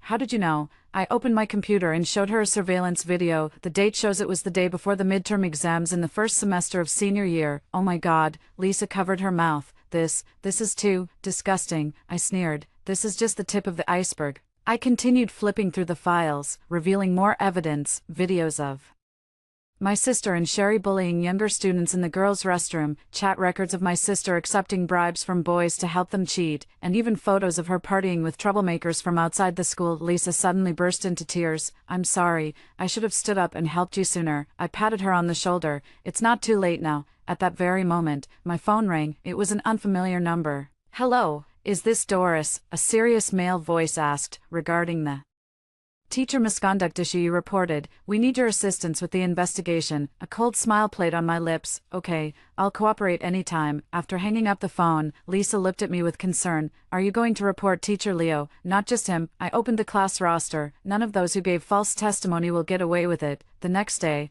I met Wilson wearing a mask and a hat. Wilson was a middle-aged man in his 40s with eyes as sharp as an eagle's. Student Dong, we have verified the video you provided, he said, sliding a document toward me. Teacher Leo has been suspended pending investigation, but we need more evidence. I took a USB drive out of my bag. This contains the complete video from December 15th last year, showing Mr. Leo and my sister in the teacher's lounge. There's also an audio recording from this March, where he accepted a bribe from a parent to change grades. Wilson's expression turned unusually serious. Did you collect all of this by yourself? Yes, I replied calmly. I just wanted to understand why my efforts were always dismissed, but I never expected to uncover so much filth. As I left the Education Bureau, the sunlight stung my eyes. My phone vibrated. It was a call from the hospital. Mom was at the psychiatric hospital, insisting on seeing me. I hesitated for a moment but ended up taking a taxi to the hospital. The corridors of the psychiatric hospital always reeked of disinfectant. Through the glass, I saw Mom strapped to the hospital bed with restraints, cursing incessantly. Ms. Dong had a sudden outburst this morning and injured 2 nurses, the doctor said helplessly. She kept insisting on seeing you. I took a deep breath, pushed the door open, and walked in. You bitch. My mother struggled to sit up as soon as she saw me. You've ruined everything for me. I stood by the bed, looking at her calmly. No, you ruined it yourself. Valerie was so brilliant, she should have gone to Harvard. It's all your fault, Mom shrieked hysterically, saliva dripping from the corners of her mouth. The doctor quickly injected her with a sedative. Before the medication took effect, she suddenly quieted down, her eyes clearing. Doris, Mom was wrong, save Valerie. Then her eyes closed. I turned and left, encountering my aunt who had come to visit in the hallway. Doris, my aunt hesitated. Your sister has been taken away by the police. I nodded. I know. Aren't you sad, my aunt asked cautiously. I looked at the sunlight outside the window and whispered softly. The days when I was sad are over. A week later, the Education Bureau issued a disciplinary announcement. The homeroom teacher, Mr. Leo, was dismissed from public service and transferred to judicial authorities. The 6 students who participated in giving false testimony were given disciplinary records. Sherry was criminally detained for defamation and evidence tampering. My sister Valerie was detained on the same charges, and my Harvard acceptance letter arrived at the hotel on the same day. Holding that thin piece of paper, 3 years of endurance, pain, and struggle finally paid off. The barrage of comments danced cheerfully before my eyes. Congratulations, Doris, hard work pays off, a new life begins. I smiled, closed the acceptance letter, and started packing my bags. The day before I left, Lisa came to see me off. Are you really not going to forgive anyone? She whispered. I shook my head. It's not about not forgiving, but about not wanting to be entangled anymore. Some things, should be completely let go. Lisa bit her lip. Sherry, she asked me to convey her apologies. She said she was also forced by your sister. I know. I interrupted her, but I won't forgive. Some hurts can't be erased with just an apology. The train station was bustling with people, and I was dragging my suitcase, ready to enter. Lisa suddenly grabbed me. Doris, thank you. If you hadn't stood up, we might have lived forever in Valerie's shadow. I patted her shoulder. Take care. The moment I turned around, I saw a familiar figure standing in the distance. It was my sister. She was wearing a mask and a hat, looking at me with a complicated expression in her eyes. We locked eyes for a second, and then I walked into the station without looking back. As the high-speed train started moving, my phone vibrated. It was a text message from an unknown number. Sis, I hate you. I smiled, blocked the number, and then looked out the window at the scenery rapidly receding. Behind us, the past 3 years felt like a nightmare, but now, I've finally woken up. The sky in M-City was exceptionally blue. As I stepped out of the train station, Harvard seniors were holding up signs at the exit to welcome the new students. "Are you a new student at Harvard?" A senior with a ponytail enthusiastically asked me. I smiled and nodded. "Yes, I'm Doris." The senior's eyes suddenly widened. "You're the Doris who scored 725 on the college entrance exam." The surrounding freshmen and parents all turned their heads, and some began to whisper. I calmly nodded. "That's me." My senior excitedly grabbed my hand. "Oh my God, we all saw your news online. You're so brave." I smiled shyly. "It's all in the past." Sitting in the taxi to school, my senior kept praising me. I looked out at the tall buildings of M-City and suddenly felt incredibly relaxed. My phone vibrated again. It was a message from Lisa. "Doris, have you seen the news? Your homeroom teacher, Mr. Leo, has been found to have improper relationships with multiple students and has been arrested. Also, Sherry's parents are making a scene at school, saying she's also a victim." I replied, "What goes around comes around." Putting down my phone, I took a deep breath. I knew that the story about my sister and me would be talked about for a long time, but it no longer had anything to do with me. From now on, I am just Doris, an ordinary college student with a future full of endless possibilities. And as for the younger sister Valerie, she will forever live in the shadow of the college entrance exam swap, carrying the burden of lies and infamy, spending what could have been a bright and brilliant life. This is the price, this is justice. After hearing the second story above, what are your thoughts? Feel free to share your opinions in the comments section. Next, there is another similar story. Let's continue to see. The marriage registrar misspoke my name. I was just about to correct it. Suddenly, lines of bullet comments appeared before my eyes. "Poor female lead. She doesn't know yet that the male lead deliberately misspoke her name in order to marry the supporting female character." The male lead wrote the name of the female supporting character, Jenny James. Unfortunately, the female lead has become mentally impaired after drowning and now cannot read. I looked down at the marriage registration form in confusion. The name Jenny James was clearly written on it, so she is the female lead who, because of her name, ended up dying a tragic death twice. That's right, this time she corrected herself, and it was the beginning of her tragic fate. The second time, she was too afraid of the male lead to correct herself, missing her only chance to save herself. Don't spoil it. How can we keep watching if you spoil it? "Hey, why has the female lead gone silent?" the registrar is asking her. In a moment, the male lead will whisper in her ear, reminding her to respond as they practiced beforehand. Looking at these words, my freshly awakened brain became confused again. Just then, Kevin Green leaned into my ear, his tone laced with a warning. "Answer the registrar. Admit your name is Jenny, quick, or you won't get any candy." The male lead is so mean, bullying an idiot. Can a bad guy also be the male lead? "Female lead, you must never correct the name, or you'll really end up marrying the male lead and die a miserable death later." Sob sob, my poor female lead. "Little girl. Little girl, are you Jenny herself? What's going on?" "So, I'm the female lead, a fool, supporting female character, Jenny male lead. Kevin Green, the male lead doesn't want to marry me, so he's making me pretend to be the female supporting character." The comments say that if I don't do as the male lead says, I'll end up dying a miserable death later. Seeing the sinister look in the man's eyes beside me, I couldn't help but shudder. Subconsciously, I didn't want to be associated with him. "My name is Jenny." "That's right, I'm Jenny." Hearing this, Kevin Green smiled. "Yes, her name is Jenny." What happened? According to the plot, shouldn't the female lead be insisting that her name is Monica? Did the screenwriter change the script, or has the female lead stopped being foolish, or has the female lead been reborn? After verifying their identities, the marriage registrar stamped the marriage certificate bearing Jenny's name. As the stamp fell, Kevin Green visibly relaxed. He happily put away the marriage certificate, then pulled a nearly melted white rabbit candy from his pocket and pressed it into my hand. He patted my head and praised, "Such a good girl." Kevin Green is very handsome, with well-defined, striking features. He's a rare kind of handsome guy. If the bullet comments hadn't said I'd die if I went against him, I would have been eager to marry him. As I walked out of the marriage registration office, a crowd of people swarmed around me. A middle-aged man and woman stood at the very front. The middle-aged man asked, "So, did you get the certificate?" Under their expectant gazes, Kevin Green waved the marriage certificate in his hand and said, "Yes, I got it. Are you satisfied now?" Hearing this, the middle-aged man and woman in front of him immediately became happy. "Good, good, good. It's great that you got it. It's great that you got it." Are this middle-aged couple the male lead's parents? And the people behind them are relatives invited by the male lead's parents to prevent him from running away. Right, yes, they still don't know that their son has already married another woman right under their noses. Ha ha ha ha. Having parents who force their son to marry a fool is truly the male lead's misfortune.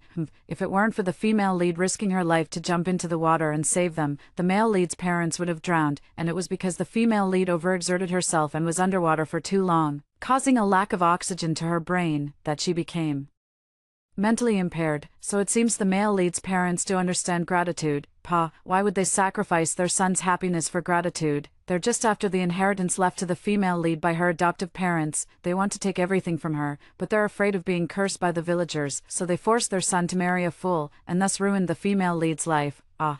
This world is so sinister. Under the relentless barrage of comments flowing like a stream, my muddled mind suddenly became clear. It turned out, I had been reborn. I had been reborn after starving to death in the pigsty on that winter night. The tragic memories from my past life flooded into my mind like a tide. I am an orphan. Because I saved Kevin's parents from drowning, I was left with a mental disability. Kevin's parents, under the guise of gratitude, were actually coveting the inheritance left to me by my adoptive parents, forcing their son to marry me. In my previous life, when the marriage registrar checked our IDs, I denied my name was Jenny, and so, Kevin Green and I became legally married. When Jenny found out, she married someone else in a fit of pique. Kevin Green's personality changed drastically because of this, and he treated me coldly and tormented me. Kevin's parents quickly showed their true colors after inheriting the estate left by my adoptive parents. With Kevin Green's indulgence, they deprived me of food and drink. At the Green household, I had endless chores every day. If I was even slightly displeasing, I would be brutally beaten. To prevent the villagers from finding out that they were abusing me, they locked me in the house and forbade me from going outside. However, they painstakingly crafted a victim narrative, portraying me as a complete madman, not only insane but also inherently violent. A year later, Kevin Green and Jenny overcame the obstacles and came together. My days became even harder. Jenny hated me. She believed I was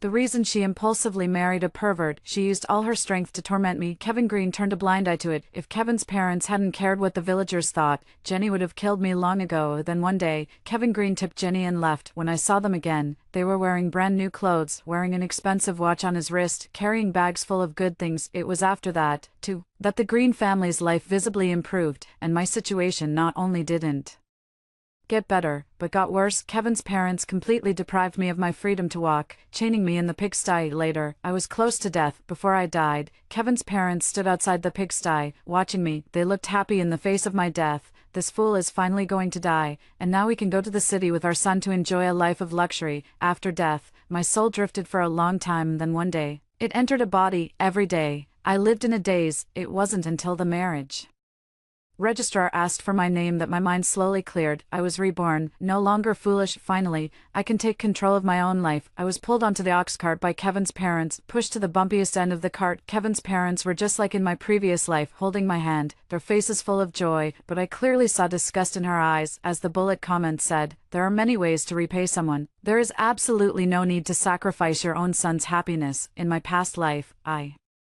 was foolish and couldn't see it, only dreaming of marrying my brother Goo. In this life, no longer foolish, I finally realized that their dislike for me had always been quite obvious. Marrying me into their family was nothing more than a temporary solution for them. The ox cart stopped under the large locust tree at the village entrance. Kevin's mother got off the cart and handed out wedding candies to the uncles and aunties. This isn't just about giving out wedding candies, she's making it clear to the villagers that the female lead is now part of their family. No one should even think about coveting the female lead's family property. Look, a few people are leaving. Those guys have been eyeing the female lead's family property all along, but now the Green family has beaten them to it. They're absolutely furious. They'll probably go home and take it out on their wives. Oh, the village chief is here too. That old man is no good either. He even wanted his foolish son to marry the female lead. I picked up a candy from Kevin's mother's hand and handed it to the village chief. Grandpa Chief, have some. This is girl's wedding candy. The female lead offered him candy. The old man was seething inside but had to put on a happy face. The village chief took the wedding candy from my hand, noticing my reluctant expression. Green family, girl is a poor but good child. It's a blessing for your Kevin Green to marry her. You must treat her well, or I'll be the first to object. I stood by, clapping and cheering. Kevin's parents quickly and cheerfully agreed. Of course, girl will be a part of our Green family from now on, and we will definitely treat her well.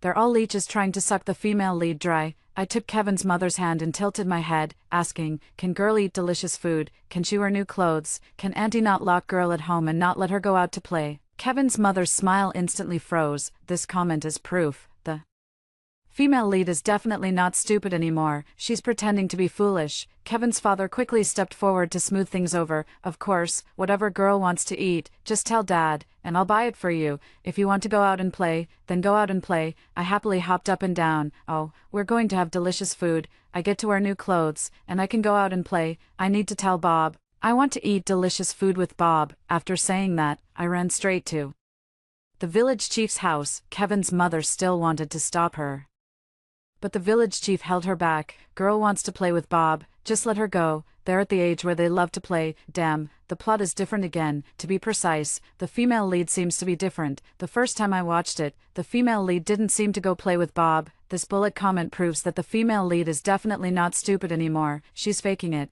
I ran all the way to the village chief's house. I had already made up my mind on the way. I must leave this village. Leaving requires money and a letter of introduction. Compared to money, how to get a letter of introduction from the village chief is a big problem. Since the bullet comments say the village chief also covets my family's property, directly asking for it is definitely not an option. The village chief and his wife are both at the village entrance. Only Bob is at home playing in the mud. Bob is 12 years old this year, and his brain was damaged by a high fever when he was little.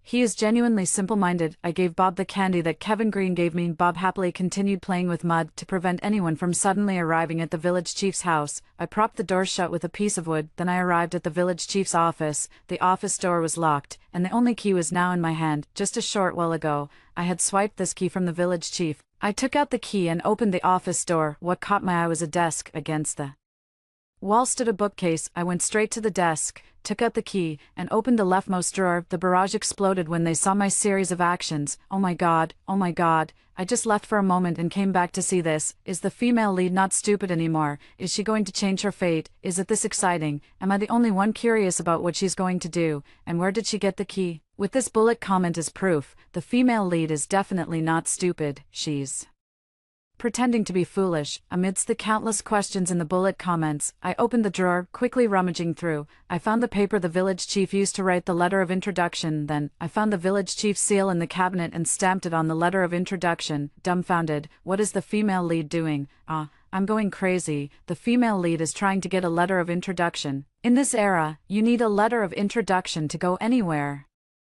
Haha, am I the only one who sees that the female lead isn't stupid anymore? This bullet comment is proof. The female lead is definitely not stupid anymore. She's faking it. I ignored the frenzy of bullet comments and, just in case, took a few extra sheets of introduction letter paper. I just put the seal in the cabinet when I saw the comments frantically urging me. The village chief's wife is back. She's at the intersection. Hurry up, female lead. The village chief is here too. He took the small path and is almost behind the house. Hurry up, female lead, don't get caught. Seeing the barrage of comments, I methodically quickened my movements. After restoring everything to its original state, I walked out of the office and locked the door. Then, I prepared to find a place to hide the key and the handkerchief wrapped around the letter of introduction.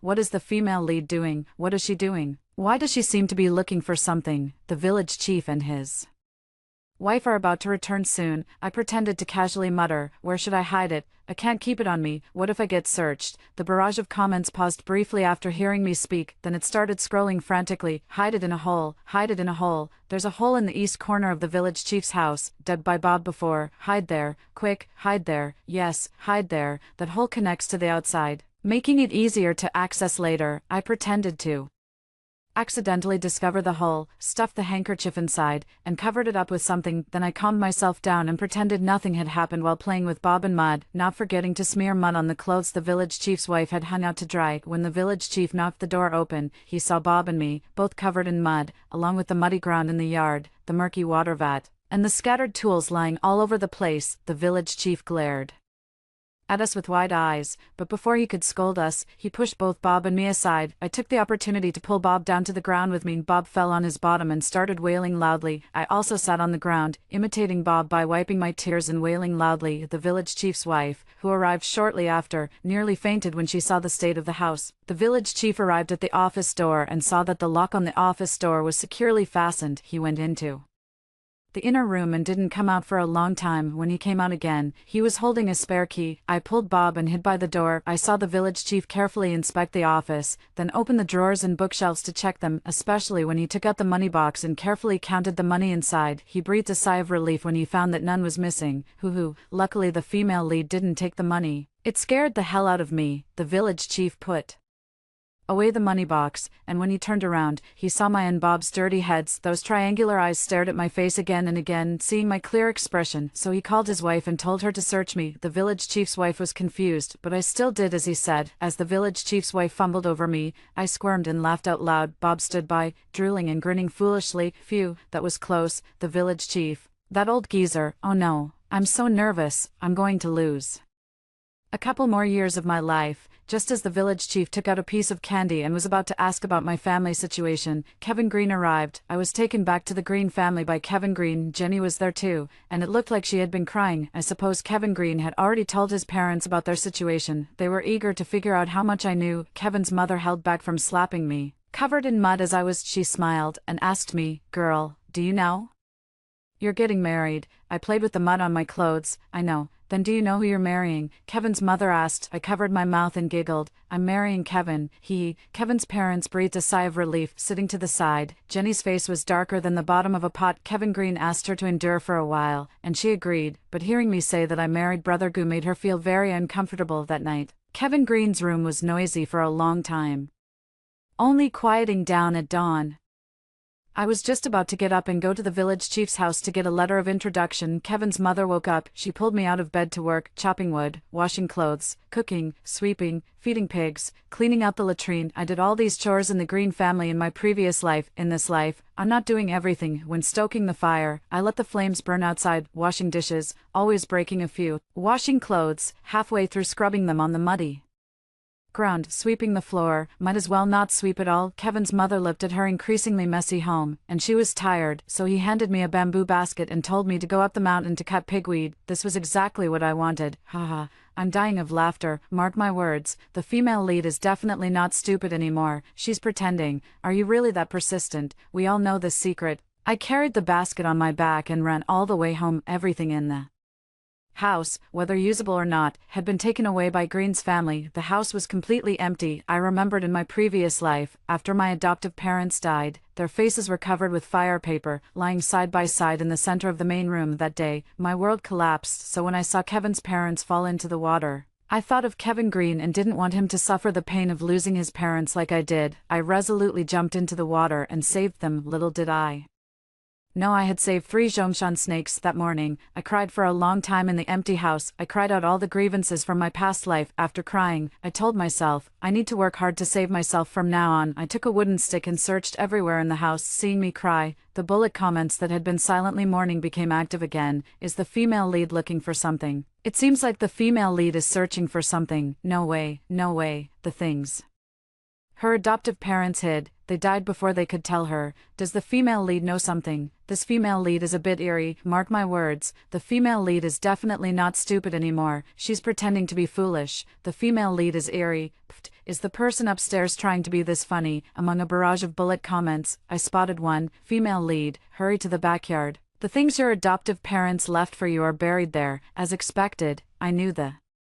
existence of bullet comments must have its reason. Following the barrage's instructions, I pretended to be nonchalant as I made my way to the backyard. I stopped beside the most inconspicuous stone. The barrage said the item was right under the stone. It was a box, and inside the box was gold. I didn't go digging because it wasn't dark yet. I ran to the mountain and cut a full basket of pigweed. Kevin's mother was very satisfied when she saw it, thinking to myself that I had finally found a job suitable for me. Breakfast was made by Kevin's mother that day at the village entrance, under the big locust tree. They promised the village chief that they would treat me well and not restrict me. Although the food wasn't great, I wasn't starved like in my previous life. Kevin Green and Jenny were busy all night and didn't get up until noon. Jenny emerged from Kevin Green's room in an awkward posture. I hurried over to grab her, asking her to play with me. Jenny lost her footing and nearly fell to the ground, but was caught by Kevin Green. I was scolded by Kevin Green and went back to my room in a huff. Kevin Green walked in holding a baked sweet potato. He sat down opposite me and shoved the baked sweet potato into my hand. He looked at me with a gentle expression, then he started chatting with me, pulling topics from here and there. Finally, he asked, "Girl, do you know where your parents have hidden the good stuff? Here it comes. Here it comes." The male lead and his parents can't wait any longer. I'm an idiot. By the end of my answer, I didn't even know what I was saying. Thinking of my deceased parents, I really cried. So, Kevin Green went to great lengths to comfort me later. I was busy feeding roasted sweet potatoes to the little ants and had no time to pay attention to him. Kevin Green stormed out of my room angrily. Kevin's parents waited at the door, comforting each other not to worry. In the afternoon, Kevin Green came again. He held a piece of white rabbit candy and asked if I wanted it. My eyes filled with delight and longing, and I nodded emphatically. Kevin Green said he was going to take me to play a game. He took me to my house. "Tell me, my parents have hidden something good at home. As long as I can find it, he will give me the candy in his hand." Damn, this male lead is shameless. He actually thinks he can trick the female lead out of her family fortune with just one white rabbit candy. Not only did he take her family's property, but in the end, the whole family even got the female lead killed. What a sinister piece of work. Female lead, you're lucid now. Don't let love blind you and give your treasure to this scumbag. Even if he's the male lead, it doesn't change the fact that he's a scumbag. I looked at the bullet comments and smiled inwardly. In my previous life, I did like Kevin Green. Even after I became foolish, I still remembered my affection for him. So when the marriage registrar asked if my name was Jenny, I wasn't stupid anymore. I want to marry Kevin Green. Kevin Green, I spent my whole life seeing his true colors. How could I still love him? I just hate that I can't kill him right now. I extended my little finger and made a pinky promise with Kevin Green. Pinky swear, 100 years no changes. Whoever changes is a turtle egg. I dabbed some saliva on my thumb and then sealed the promise with Kevin Green. Haha, look how disgusted the male lead is. His face has turned completely dark. Female lead, if anyone doesn't respect you, I do, secretly cursed the male lead, and even disgusted him with saliva. Haha. Amidst the laughter from the bullet comments, I ran around the yard, the small pebbles on the ground, the grass in the corner, including the useless chopsticks. I picked up a large pile and placed it in front of Kevin Green. At first, Kevin Green's expression improved quite a bit when he saw how seriously I was searching. Now, his barely recovered expression turned even darker. Ha. The female lead is too adorable. If this continues, I think the male lead is going to go crazy. Is the male lead going to hit people if he's crazy? The female lead should be careful, considering how Kevin Green abused me in my past life. One thing is certain, this man has violent tendencies. To prevent him from laying a hand on me, I took the small shovel and started digging the hole in the corner of the wall. I once saw a snake wrapping around a frog there, trying to swallow it. Although I was very scared at the time, I still bravely saved the frog after being disturbed by me. The snake gave up on the frog and slithered into a hole, although afterward, Mom helped me block the hole with a stone. But what I really wanted to know is whether the snake was still in the hole. I dug a few times and found the egg-sized hole. I happily called Kevin Green to dig with me. Kevin Green really thought I'd found something good. After seeing the stone cave, he frowned. "Your parents hid something here," he asked. I nodded, explained a bit, and by the end, I didn't even know what I was saying. Kevin Green was also dumbfounded. He suddenly felt that communicating with an idiot was so difficult, but seeing my absolute certainty, he gritted his teeth, picked up a shovel, and started digging. And so, half an hour passed, a large pit appeared in front of him and me. That egg-sized hole was still there, and I had no idea where it led. I found a wooden stick and tried to push it into the hole, but it seemed endless. Kevin Green watched me playing so seriously with a hole, he suddenly realized that he seemed to have been fooled by an idiot. Sweating profusely, he slumped weakly into the pit. Ha. I went home with Kevin Green. During dinner, the few people sitting at the table looked very upset. Only I, who had been searching for trash for a long time, was so hungry that my stomach was touching my back. Kevin's father took a puff of his pipe and looked at me with an inscrutable expression. These past 2 days, they've also realized that I'm truly quite foolish. They can't place all their hopes on me. They're going to look for it themselves. However, in the meantime, they'll let Kevin Green continue to take me to play in the house. What if, one day, I suddenly remember? I ate my meal heartily. I was pleased that they considered me foolish and openly discussed it in front of me. That night, Kevin Green's bed in his room creaked for half the night again. Jenny was screaming so loudly, and I was afraid Kevin's parents might not be asleep, so I didn't dare go out the Next day, Kevin's mother indeed woke up late. Kevin's father also had big dark circles under his eyes. I'm getting old after all. I took 2 steamed buns from the basket and went out to cut pigweed with my back basket. I took a detour to the village chief's house. When no one was around, I pulled out the letter of introduction from the rat hole and stuffed it into my back basket. Next, I just need to dig up what my adoptive parents buried in the backyard. According to the bullet comments, there are a few gold bars and some jade jewelry inside. There are also some items that can prove my identity. After getting the items, I'll go to the black market to exchange them for some money and buy a bus ticket. I still need to find a pen to fill in the blank introduction letter. Not many people have pens these days, but they're not entirely unavailable either, I thought to myself. Before I knew it, I had reached the village entrance. Suddenly, a strange man walked towards her. The man held a piece of paper in his hand, and drawn on it, seemed to be the Green family's pigsty. Little girl, do you know whose pigsty in the village looks like this? Holy crap, what's going on? Have the female lead's biological parents found her so soon? Wasn't it supposed to be a year later? Am I still watching the original show? In the original plot, the person looking for the female lead had a jade pendant design. Why are they holding a pigsty drawing this time? This show is getting more and more interesting. Oh my, is this really the time to talk about that? The female lead still doesn't know that the man opposite her was hired by her biological parents to help find her. To the person above,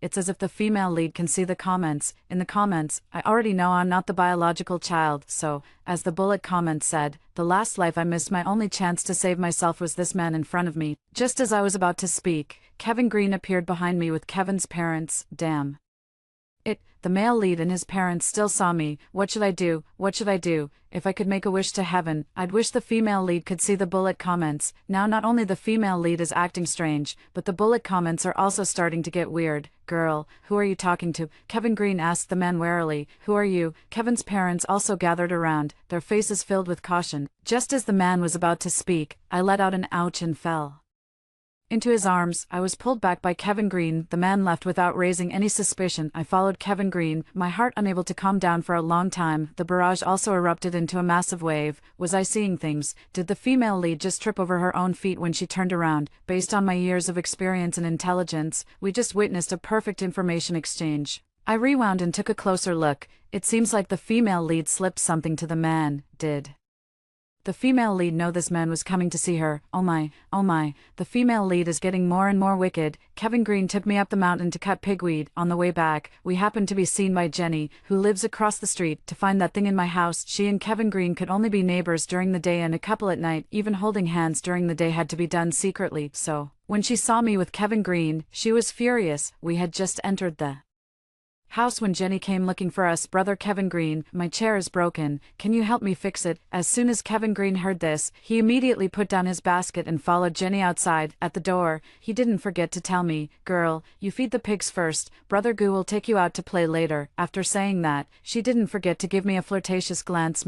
Ugh. Is the male lead trying to seduce the female lead? And that female supporting character, she's clearly the legitimate wife, so why is she acting like a mistress? Who understands? Kevin Green took me to his house again, and this time Jenny came along too. As soon as the courtyard gate closed, Jenny threw herself into Kevin Green's arms. When she looked at me, her eyes were full of pride and provocation. Naturally, I paid no attention to it. I stayed alone in the courtyard, digging here and poking there, turning the yard into a complete mess. On the way back, Kevin Green wanted to hold my hand. Is the male lead trying to play the role of a loving husband in front of the villagers? Look, the female supporting character is going crazy again. Sure enough, a cry of ouch came from behind. Jenny sat on the ground clutching her ankle, looking utterly pitiful. Tears welled up in her eyes, on the verge of falling. What a picture of a beauty in distress. Kevin Green's heart ached, and he couldn't even pretend to be affectionate with me anymore. He picked up Jenny and ran home. The village chief's wife and Aunt Lucy were making sarcastic remarks behind them. Girl, your man is about to be snatched away, so pitiful, with no parents left, and now it seems her man is about to be gone too. These villagers are so disgusting. Speaking with such sarcasm, I pretended to be heartbroken and ran back home. Let the gossip come. I love hearing it. That night, Kevin Green ignored his parents' dissuasion and went to Jenny's house. I estimated the time, picked up the hoe, and went to my house. It's so late. What is the female lead going to do? She Couldn't possibly know where the things are hidden, could she? The female lead really knows. Wow, now we've really got a strong female lead story. I found the stone by moonlight and dug up the box buried beneath it. It was just as the bullet comment said. Inside were a few gold bars and some jade jewelry. There were also 2 letters, one left by my biological parents, one was written by my adoptive parents. It turns out that my birth parents didn't intentionally abandon me back then, it was just because the situation was urgent at the time. They had no choice but to leave me, still in swaddling clothes, at the doorstep of a household. I hope I can be taken in. It's just that the family had all gone abroad, only a nanny was left at home, who is my adoptive mother later. I was adopted by my adoptive mother to prevent my birth parents from finding me, in those years. My adoptive parents often waited outside that family's door, but there was never any news. My birth parents told me in the letter that they loved me very much. As long as I'm alive, they will find me. Woo-woo. The female lead is so pitiful. Her biological parents are good people. It's just that later, the male lead and the female supporting character pretended to be her and claimed to be their child. What's there to fear? Now the female lead is no longer foolish, and the plot has completely changed. The female lead will definitely reunite with her biological parents, for sure. I looked at the bullet comments, tears streaming down my face. So the reason the Green family suddenly became so well off in my previous life was because they deceived my biological parents and took their place by impersonation. No wonder they lived a better life but kept me chained up. No wonder Kevin's mother said before I died, "Finally, we can go to the city and enjoy life with our son." So they were afraid that if I were clear-headed, I would ruin their plans. They are truly more disgusting than I imagined. The female lead is crying. Boo-hoo-hoo, baby, don't cry. The item has been found, the letter of introduction is secured, and now it's the female lead's script. It's not too late to come back and deal with the male lead's family once she's strong enough. I filled in the hole I dug. The yard is full of pits. One more won't attract much attention. I held the box and walked out of the yard. By the time I left, I had already taken the letter of introduction with me. Seeing that it was still dark, I decided not to return to Green's house. Taking advantage of the dark and windy night, I headed straight for the county town. Did the female lead just leave like that? This is so sudden. If she doesn't leave now, should she wait to check the calendar and pick an auspicious day to leave? I always felt that the man from earlier today and the female lead have some kind of connection. The person above has uncovered the truth. As I approached the village entrance, a figure suddenly appeared ahead. Frightened, I quickly hid in the grass by the roadside. It's Jack. The male supporting character has appeared. Jack, isn't that Jenny's older brother who's serving in the military? Oh no. In my last life, his sister schemed against me so much. If he finds me, can I still escape? I shivered, hiding in the bushes. Female lead, it's Jack. Jack, what's up with Jack? Why is the barrage so excited? Female lead, come out quickly. Jack won't harm you. Jack won't harm me. Why? Although he is a soldier, he is also Jenny's own brother. What if he, like Kevin Green, is won over by Jenny's few tears? Who can I reason with? No matter how much the barrage urges, I just won't go out at this moment. There is no room for the slightest mistake. I can only trust myself. As Jack's footsteps drew closer, my heart rose to my throat. Fortunately, the footsteps passed by without stopping. I stayed in the grass a little longer. Only after the sound had completely faded did I pick up my things and climb up. Stop right there, A man's abrupt voice came from not far behind, who had already left, appeared behind me at some point. It scared me so much I almost dropped what I was holding. The male lead found the female lead. That's great. Female lead, if there's anyone in this world who wishes you well, besides your adoptive parents and biological parents, it's the male lead. Female lead, quickly turn around, dive into the male lead's arms, and cry your heart out. Me? What kind of wild words are these? Turn around, under Jack's command. I still turned around. The light from the flashlight shone on my face, and I quickly blocked my eyes with my arm. Monica, it's so late. What are you doing here? Oh, female lead. The supporting male lead rushed back specifically for you. He knew your parents died, so he rushed back overnight. Wait, that's not right. The supporting male lead was supposed to rush back half a month after the female lead and male lead got their marriage certificate. The timing doesn't match up. Now, could it be a butterfly effect caused by the female lead no longer being foolish? It doesn't make sense. A butterfly flapping its wings shouldn't affect the male lead thousands of miles away this quickly. Could it be that the male lead has been reborn? The barrage fell silent. I fell silent too. That's a lot of information to take in. I need a moment to process it. According to the comments, in my previous life, Jack came back from the army to look for me. Female lead, in the Original plot: after the male supporting character returned, he specifically went to the Green family to look for you, but Kevin Green drove him away, so you never saw him. Not only that, later the male supporting character found out that the female supporting character had impersonated the female lead, and he was so angry that he broke off relations with her, but by then it was too late. The female lead and her biological parents were already dead. The male lead spent his whole life regretting that he had believed the male protagonist's words and had not personally confirmed the female lead's situation, which led to her tragic death. So after his death, he asked his comrade to bury him not far from the female lead's grave, intending to silently protect her even in death. Woo-woo, so touching, I'm crying to death. When I was a child, my favorite thing was following Kevin Green around and playing with him. My heart and eyes were full of him, and I would chase after him every day, calling him Brother Kevin. Back then, Jack was small and a bit withdrawn. He never played with us, yet he always followed us from a distance. Whenever I tried to approach him, he would turn and run away. It made me think I must be ugly. Later, he joined the army, and we never saw each other again. I can't imagine that someone who had so little to do with me in reality did so much for me in my past life. It's so late. Why are you here? Come on, I'll take you home. Hearing that he was going to take me back, I was so scared that I quickly stepped back. No, I'm not going back. With that, I turned and ran. Jack saw me running toward the village entrance and, feeling uneasy, he followed me. As expected of a soldier, he quickly caught up. Where are you going? It's so late. I'll go with you. It's not safe for you to be alone. He didn't ask me to stop but instead ran alongside me. I didn't stop until I couldn't run anymore. The sky was beginning to lighten, and it wouldn't be long before the Green family realized I was gone. After thinking it over, I decided to trust Jack this once, but I wasn't going to tell him everything. My parents are dead,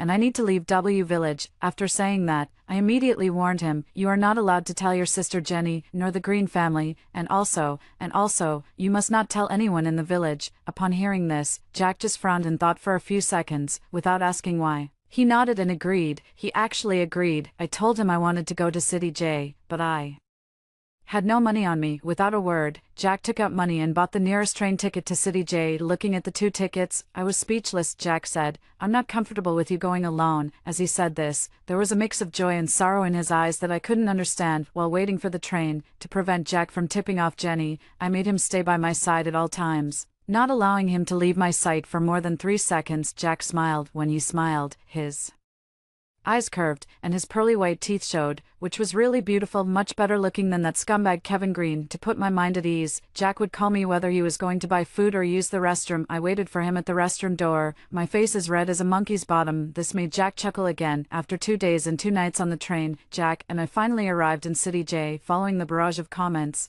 I found my biological parents home. As the comments said, my biological parents are indeed very good people. The moment they saw me, they knew I was their biological daughter. Even so, I still took out the letter they had left in the box. As for that jade pendant, looking at the man who had appeared in the village a few days ago, standing behind my biological parents, I smiled. I told my biological parents about my experiences over the years and what the Green family had done. My biological mother held me and burst into tears. She said she had been having a dream frequently lately. In my dream, I was beaten, abused, and died a miserable death. She wanted to save me, but couldn't reach me. After waking up, she recalled the scenes from the dream over and over again, but all she could see was me lying in the pigsty, barely alive. She couldn't see the face of the person in her dream, but she was absolutely certain it was me. She drew the pigsty she had seen in her dream. Her father asked someone to help find the place in the drawing. Later, she had another dream, in which she found her daughter, but she always felt that it wasn't her daughter. I told her that the scene she saw in her dream was real.